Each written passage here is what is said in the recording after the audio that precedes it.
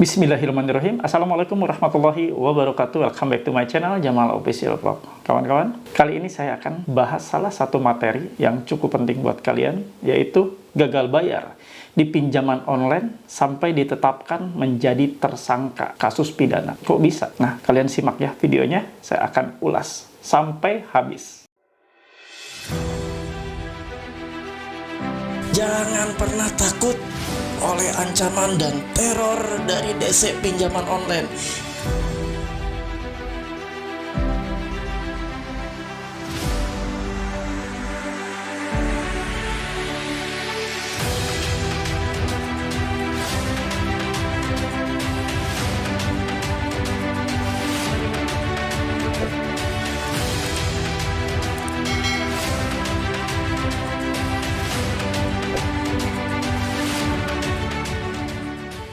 Kawan-kawan, alhamdulillah ya bertemu kembali dengan channel ini. Kalian tetap sehat ya, mudah-mudahan. Itu yang selalu saya doakan, agar kalian tetap sehat jasmani, sehat rohani, sehat mental tentunya ya. Karena kesehatan mental, kesiapan mental Anda, dan kekuatan mental Anda lah yang paling dominan dan paling utama ketika kalian saat ini sedang bermasalah di pinjaman online, khususnya sedang mengalami situasi gagal bayar atau tidak bayar di pinjaman online. Nah, kali ini saya akan membahas salah satu materi yang saya tadi sebutkan di depan video, yaitu penetapan tersangka atas gagal bayar pinjaman online yang dialami oleh seseorang. Kok bisa ditetapkan tersangka? Ini pidana gitu kan. Nah, nanti saya akan ulas ya, ulas tuntas berikut dengan dasar hukumnya, biar kalian makin pinter, biar kalian juga makin paham, dan tentunya ini syarat dengan edukasi. Saya sengaja dedikasikan video-video saya ini untuk mencerdaskan kalian semua, nasabah-nasabah yang awam tentang hukum, nasabah-nasabah yang saat ini ketakutan, saat ini cemas, saat ini khawatir, agar kalian mempunyai kekuatan kembali, bisa move on, dan tidak lagi takut dengan berbagai macam penagihan yang akan dilakukan oleh pihak DC pinjaman online. Nah, seperti apa? Simak ya baik-baik, tonton dari awal pertengahan sampai akhir agar Anda mendapatkan ilmunya dengan baik. Silahkan kawan. Nah, ini teman kita mendapati hal ini, ditetapkan menjadi tersangka, dan ini diberitahukan oleh pihak yang mengaku dari pinjaman online. Saya akan tampilkan secara full ya. Nah, kalian lihat, ini kiriman dari 0856-0691-7022 yang mengaku dari pinjaman online ya. Bahwa Anda daftar pencarian orang bawa lari uang pinjaman, info tersangka. Nah, disitunya ada statusnya bahwa info tersangka. Jadi Anda tuh sebagai tersangka, dan saat ini sudah distatuskan sebagai DPO juga. Apabila Bapak Ibu bertemu orang tersebut, harap segera menghubungi kami di nomor sekian ya. Jam 12 siang, kami sebar. Semakin Anda tunda setiap jamnya, semakin banyak informasi Anda akan tersebar. Selesaikan atau Anda tahu sendiri akibatnya. Si nasabah ini nanya, Anda siapa? Ngancam saya seperti itu. Nah, teman-teman, harus Anda pahami ya, terkait masalah penetapan seorang menjadi tersangka dan juga DPO. Nah, tidak semudah itu, kawan. Polisi saja menetapkan hal tersebut harus mengikuti aturan hukum yang berlaku. Ini pinjaman online main lakukan penetapan status tersangka dan DPO juga. Keren ya. Melebihi dari kewenangan kepolisian maupun kejaksaan. Nah, ini saya akan kupas ya, terkait masalah apa sih namanya DPO, dan apa sih itu tersangka. Nah, terkait masalah DPO sendiri, itu tidak diatur sebenarnya di dalam Kitab Undang-Undang Hukum Acara Pidana, tapi diatur di dalam Peraturan Kepolisian Republik Indonesia Nomor 6 Tahun 2019 di Pasal 17 Ayat 6. Nah, Peraturan Kepolisian Republik Indonesia ini tentang manajemen penyidikan tindak pidana. Nah, saya bacakan ya kawan-kawan. Tersangka yang telah dipanggil untuk menjalani pemeriksaan guna penyidikan perkara dan tidak jelas keberadaannya, maka akan dicatat dalam daftar pencarian orang dan dibuatkan surat pencarian orang. Jadi DPO ini dikeluarkan oleh pihak dari kepolisian dan kejaksaan yang diduga bahwa orang ini mempersulit penyidikan, makanya diterbitkanlah DPO ini guna menemukan orang tersebut atau orang yang diduga melakukan tindak pidana ini. Nah, teman-teman paham ya, itulah DPO. Tidak mudah itu langsung memampangkan DPO. Gawat, dan itu berbahaya sekali. Itu sangat dilarang oleh aturan dan perundang-undangan hukum yang berlaku di Indonesia ya. Tidak semudah itu menetapkan orang menjadi DPO. Nah, sekarang saya akan kasih tahu terkait masalah tersangka. Jadi, seseorang itu tidak mudah juga ditetapkan menjadi tersangka bila tidak memiliki dua alat bukti ya. Tidak mencukupi dua alat bukti sesuai dengan pasal 184 Kitab Undang-Undang Hukum Acara Pidana. Nah, kalau tidak memenuhi syarat tersebut, maka seseorang tersebut tidaklah bisa ditetapkan menjadi tersangka. Lalu keduanya, harus disertai dengan pemeriksaan calon tersangka. Nah, tidak mudah. Makanya kan selain dua alat bukti, seseorang baru bisa dikatakan sebagai tersangka juga harus melalui proses pemeriksaan terhadap si calon tersangka tersebut. Nah, paham ya sampai sini? Kadang-kadang kita tidak pernah menelaah dulu, mencari tahu dulu apa sih sebenarnya istilah-istilah yang digunakan oleh para penagih pinjaman online ini. Banyak sekali penagih-penagih pinjaman online sekarang melakukan berbagai cara dan upaya untuk membuat nasabah takut, untuk membuat nasabah bingung, dan sekaligus untuk menjebak nasabah agar mereka terjebak dalam proses penagihan disertai dengan ancaman dan intimidasi, bahkan menebar ketakutan. Dengan hal-hal tadi, misalnya dibuatkan ya, DPO, ada foto Anda, ada nama Anda, lalu di situ ada tulisannya tersangka, segera hubungi. Orang awam kalau melihat hal seperti itu, tentu akan syok. Dia akan berpikir, waduh, bener nih, sudah dijalankan prosesnya.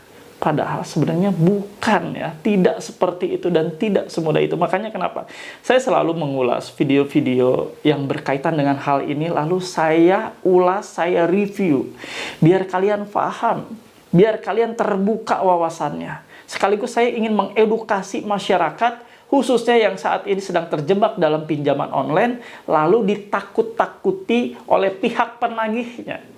Nah, saya buka seperti ini ya. Kenapa? Saya paling senang kalau menemukan ada materi-materi ataupun ada sharing-sharing yang bersinggungan dengan hukum, dan malah sebaliknya, penangkapan nasabah, menangkapnya di pikirannya itu lain.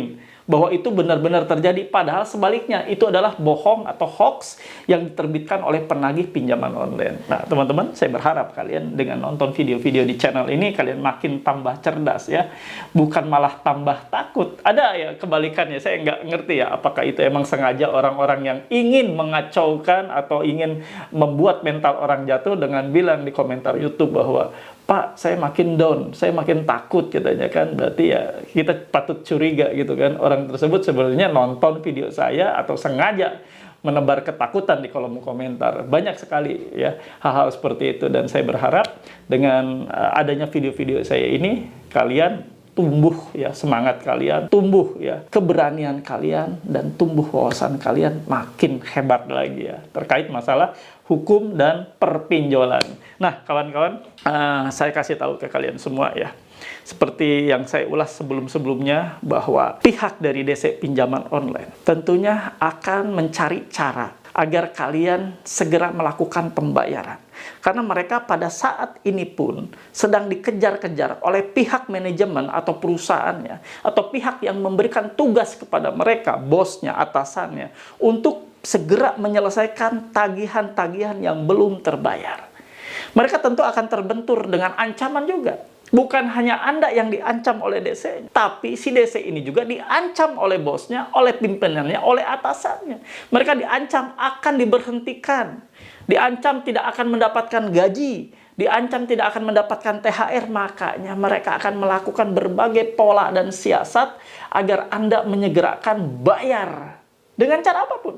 Mereka tidak peduli Anda akan bayar dengan cara gali lubang tutup lubang, dengan cara minjam sana sini, atau apapun caranya mereka tidak peduli. Yang penting Anda bayar, dan bukti bayar Anda serahkan kepada pihak mereka atau pihak DC penagih yang melakukan WhatsApp ke Anda. Mereka berharap ketika Anda panik, Anda lalu bayar, lalu bukti bayarnya langsung diserahkan ke mereka, dan mereka setelah mendapatkan bukti bayar tersebut, selesai sudah tugasnya. Berarti mereka sudah goal, dan mereka akan mendapatkan insentif. Nanti semua rekapan-rekapan atau transaksi bukti bayar atau struk bukti bayar mereka akan kumpulkan dari berapa ratus nasabah yang sudah berhasil mereka tagih. Mereka akan kumpulkan bukti bayar tersebut di awal bulan ya. Ingat, di awal bulan, lalu mereka akan laporkan, ini hasil saya bekerja, ini bukti bayarnya. Dan mereka akan digaji sesuai dengan persentase hasil mereka menagih berapa banyak, ya, amount ataupun rupiah yang berhasil mereka tagih. Paham ya? Jadi mereka biasanya bekerja itu berdasarkan amount, bukan berdasarkan jumlah berapa nasabah yang sudah ditagih, tapi berapa rupiah yang telah tertagih. Paham cara kerja DC kolektor ya, DC pinjol ini. Jadi mereka akan bekerja mengumpulkan berapapun nasabah bayar, mereka akan kolektifkan. Nasabah si A hanya bayar 300, diambil bukti bayarnya. Nasabah B hanya bayar 2 juta dari total 10 juta, mereka ambil. Lalu mereka akumulasikan semuanya, mereka satukan bukti-bukti struk bayar itu, mereka total, dan mereka dapat berapa ratus juta, berapa persen mereka akan dapat dari ratusan juta tersebut. Paham ya? Makanya mereka akan mati-matian. Berbagai cara mereka akan gunakan, termasuk cara-cara menakut-nakuti seperti yang tadi, dengan bilang DPO. Itu akan ampuh sekali. Bagi sebagian orang awam, tentunya hal-hal seperti tadi ya, DPO, jadi tersangka, itu akan sangat menakutkan sekali. Dan tentunya itu akan membuat mentalnya jatuh berkeping-keping. Tapi saya berharap ya, kalian lebih banyak lagi menonton video-video saya ini ya. Semoga apa yang kalian takutkan, apa yang kalian khawatirkan akan terpatahkan dengan segera ya. Dan mudah-mudahan kalian semua sehat mentalnya dalam situasi saat ini. Kalian pasti akan banyak dikejar-kejar dan lebih ekstra lagi dikejar-kejar oleh pihak pinjol. Kalau kalian mengerti dan paham apa yang sudah saya ulas dalam video ini dari awal tadi sampai dengan saat ini, saya mohon kiranya kalian memberikan feedback yang baik buat saya ya, dengan cara kalian tulis di kolom komentar, saya paham, saya mengerti, saya tidak takut. Sekali lagi, saya paham, saya mengerti, saya tidak takut.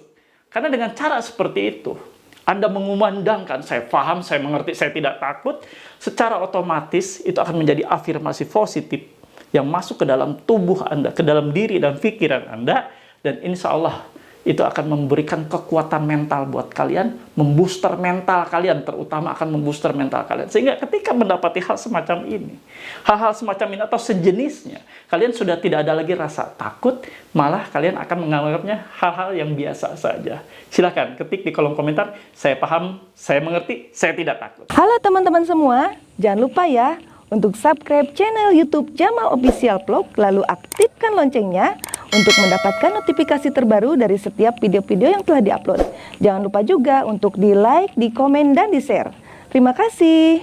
Nah, kalian sudah mengerti ya apa yang sudah saya sampaikan, dan tibalah pada kesimpulan akhir bahwa apa yang sudah kalian terima, kalau kalian pun terima hal semacam tadi ya, bahwa kalian sudah distatuskan sebagai DPO dan sekaligus tersangka oleh seseorang yang mengaku dari pihak pinjaman online, itu hanyalah akal-akalan mereka dan itu bukan sebenarnya yang terjadi.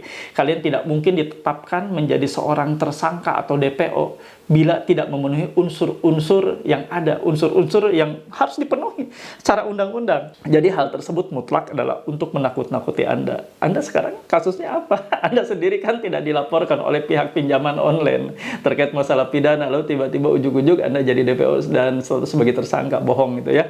Itu adalah akal-akalan mereka saja agar membuat Anda panik, takut, hanya menggertak kalian saja agar Anda bayar dan menyegerakan bayar. Udah itu aja ya. Nggak ada hal-hal lainnya. Kalian harus tetap menggunakan akal logika dan logis ya untuk menilai sesuatu apakah itu benar atau itu sesuatu yang bohong atau menebar hoax saja. Rajin-rajin ya untuk menonton dan melihat video-video yang ada di channel ini. Mudah-mudahan tercerahkan dan ketakutan-ketakutan Anda terpatahkan semuanya.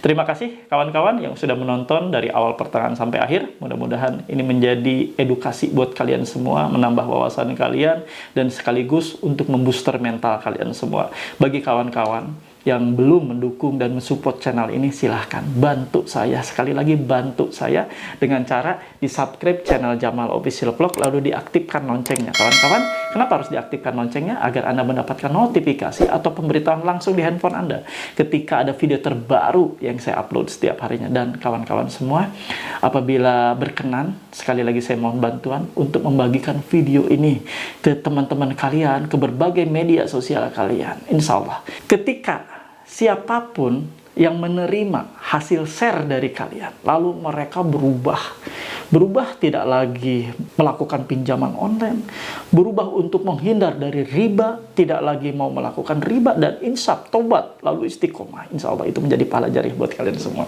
Oke kawan-kawan, setiap akhir dari video ini saya selalu mengajak kalian untuk sama-sama kita beristighfar. Kita mohon ampunan kepada Allah Subhanahu wa Ta'ala atas masalah yang saat ini telah terjadi. Itu adalah sesuatu hal yang kita sengaja buat, disengaja sudah kita buat, terjerat dan terjerumus ke dalam riba pinjol, yaitu tidak mentaati perintah Allah untuk menghindar dari segala macam jenis riba, termasuk riba pinjaman online. Dan setelahnya kita seperti biasa, saya mengajak untuk berdoa. Sama-sama kita berdoa agar kedepannya Allah memberikan kelancaran dan kemudahan atas setiap masalah yang saat ini terjadi, dan Allah memberikan petunjuk-petunjuknya. Yuk sama-sama kita beristighfar, lalu kita lanjut dengan doa. Astagfirullahaladzim, astagfirullahaladzim, astagfirullahaladzim. Ya teman-teman, sama-sama kita minta ampunan. Astagfirullahaladzim. Minta ampun atas segala masalah ini yang telah terjadi. Tentunya masalah ini sengaja kita buat. Kita terjerat, terjerumus karena memang kita tidak mentaati perintah Allah. Kita terjerumus dan terjerat dalam riba pinjol, ya memang kita tidak taat perintah Allah untuk menjauhi riba pinjol, kita malah masuk ke dalam. Sekarang kita terjerat dan bermasalah di dalamnya. Teman-teman, kita sadari bahwa pinjol tidak pernah ada manfaat sama sekali.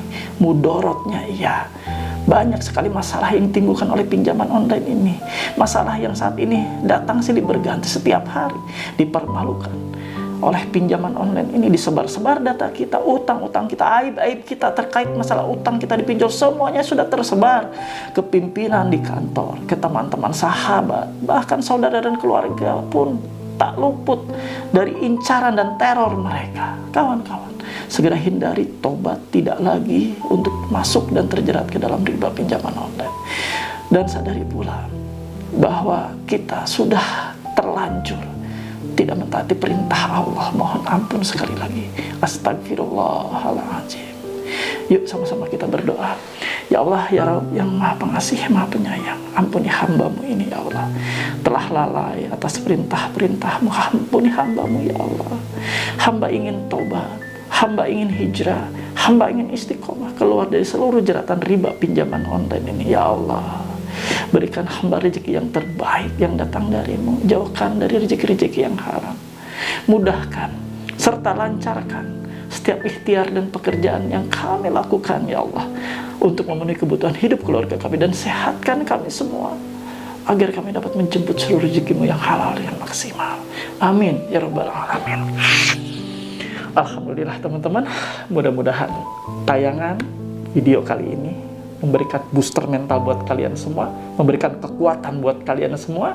Stay strong, keep strong. Robbana atina fid dunya hasanah wa fil akhirati hasanah wa qina adzabannar. Wallahu muwaffiq ila aqwamit thoriq. Wabillahi taufiq wa hidayah. Wassalamualaikum warahmatullahi wabarakatuh. Bravo.